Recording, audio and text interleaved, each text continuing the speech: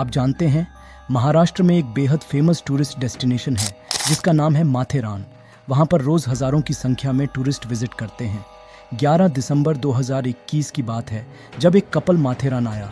वो कपल पूरे दिन एंजॉय करते रहे, सभी रेस्टोरेंट में घूमते रहे, खाना खाते रहे। फिर रात के तकरीबन 11 बजे वो अपने घर ना जाकर वहीं पर एक होटल में चेक इन करते हैं। होटल में वो 11 बजे चेक इन करते हैं। पूरी रात बीत जाती है। अगले दिन सुबह तकरीबन 7 बजे होटल का वेटर उनके रूम को नॉक करता है क्योंकि वह खाने का ऑर्डर लेने आया था, लेकिन कोई दरवाज़ा नहीं खोलता। वेटर सोचता है शायद वो अभी सो रहे हैं, कुछ देर बाद मैं दोबारा आऊँगा। करीब सुबह 9 बजे वह फिर से आता है और दरवाज़ा नॉक करता है, लेकिन फिर भी कोई दरवाज़ा नहीं खोलता। इस बात की खबर वो अपने होटल के मैनेजर को देता है। मैनेजर उससे कहता है वो लोग लेट नाइट पार्टी करके आए थे, शायद अभी सो रहे होंगे। जब वो उठेंगे तो खुद ही ऑर्डर करने आ जाएंगे। लेकिन सुबह के तकरीबन 11:10 बज जाते हैं और उस रूम का ना तो दरवाज़ा खुलता है और ना ही कोई बाहर आता है। अब मैनेजर को भी कुछ डाउट होता है, इसीलिए वो अपने वेटर को साथ में लेकर मास्टर के ले जाकर उस रूम के दरवाजे को खोल देता है। जैसे ही वो दरवाज़ा खोलता है तो उस रूम में अंदर कोई भी मौजूद नहीं था। ना तो वह कपल था जो कल रात को चेक इन किया था और ना ही उनका कोई सामान वहाँ पर था। लेकिन मैनेजर की नज़र बेड के पास पड़े कुछ खून के छींटों पर पड़ती है।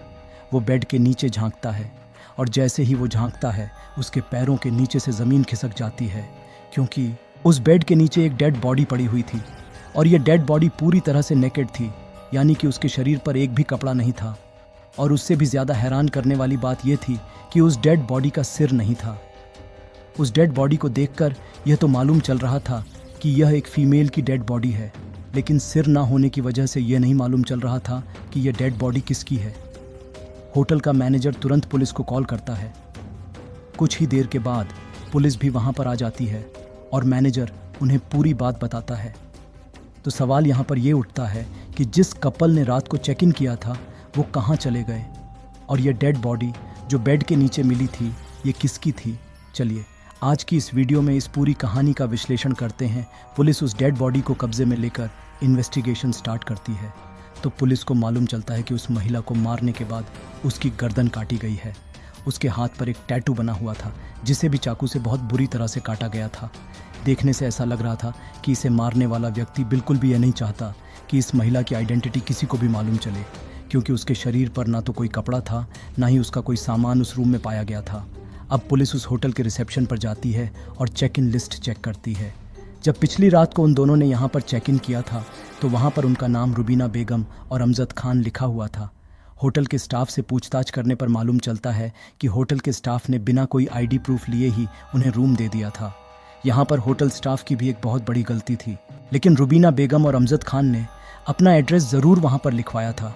पुलिस को हालांकि लग रहा था कि ये नाम और एड्रेस फेक है, लेकिन फिर भी पुलिस उस एड्रेस पर जाकर उन दोनों नाम की पूछताछ करती है, लेकिन मालूम चलता है कि वो एड्रेस पूरी तरह से फेक था।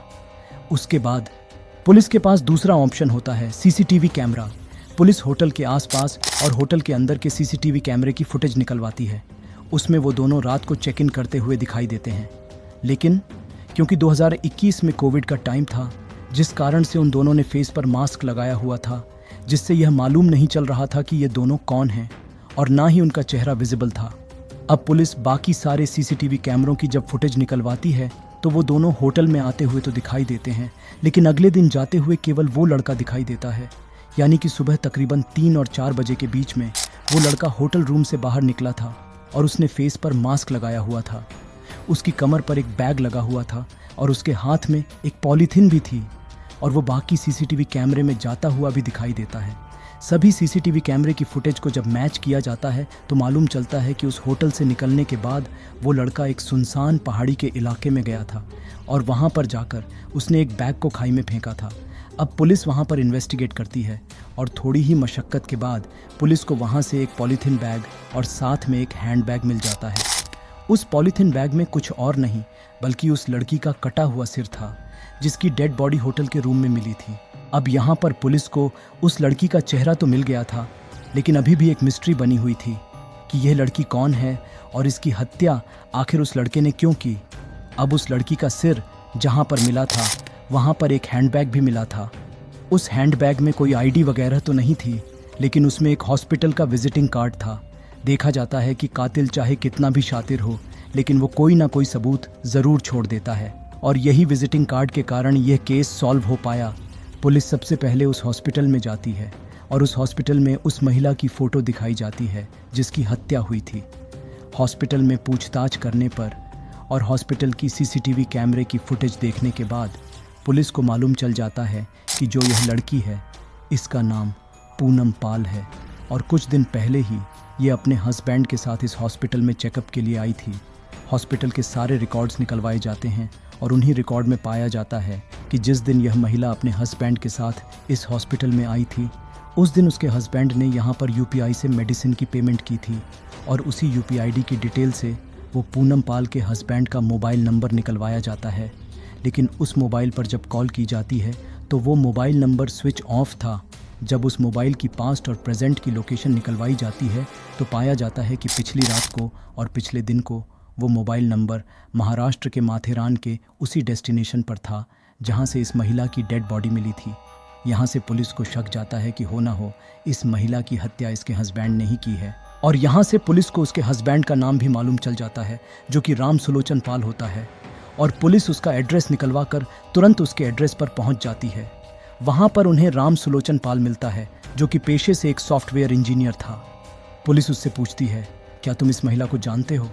तो वो बिल्कुल घबरा जाता है और वो कहता है, हाँ, ये मेरी वाइफ है और ये पिछले 1 दिन से लापता है।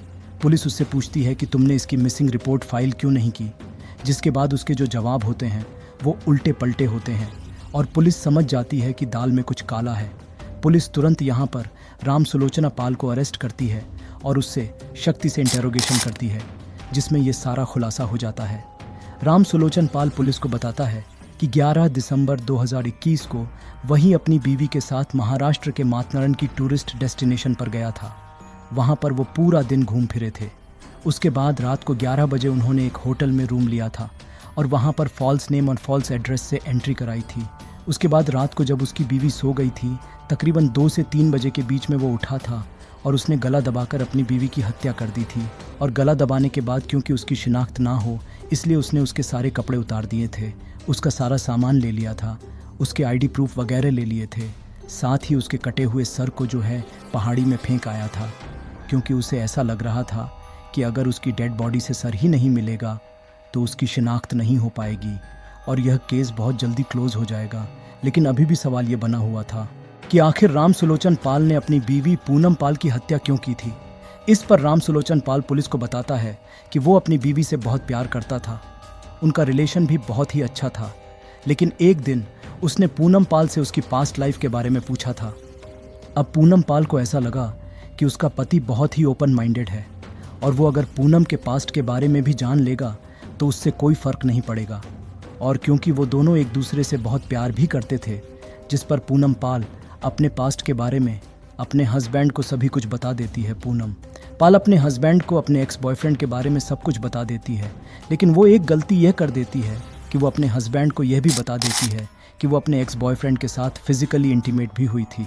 और यही बात राम सुलोचन पाल के दिल पर लग जाती है।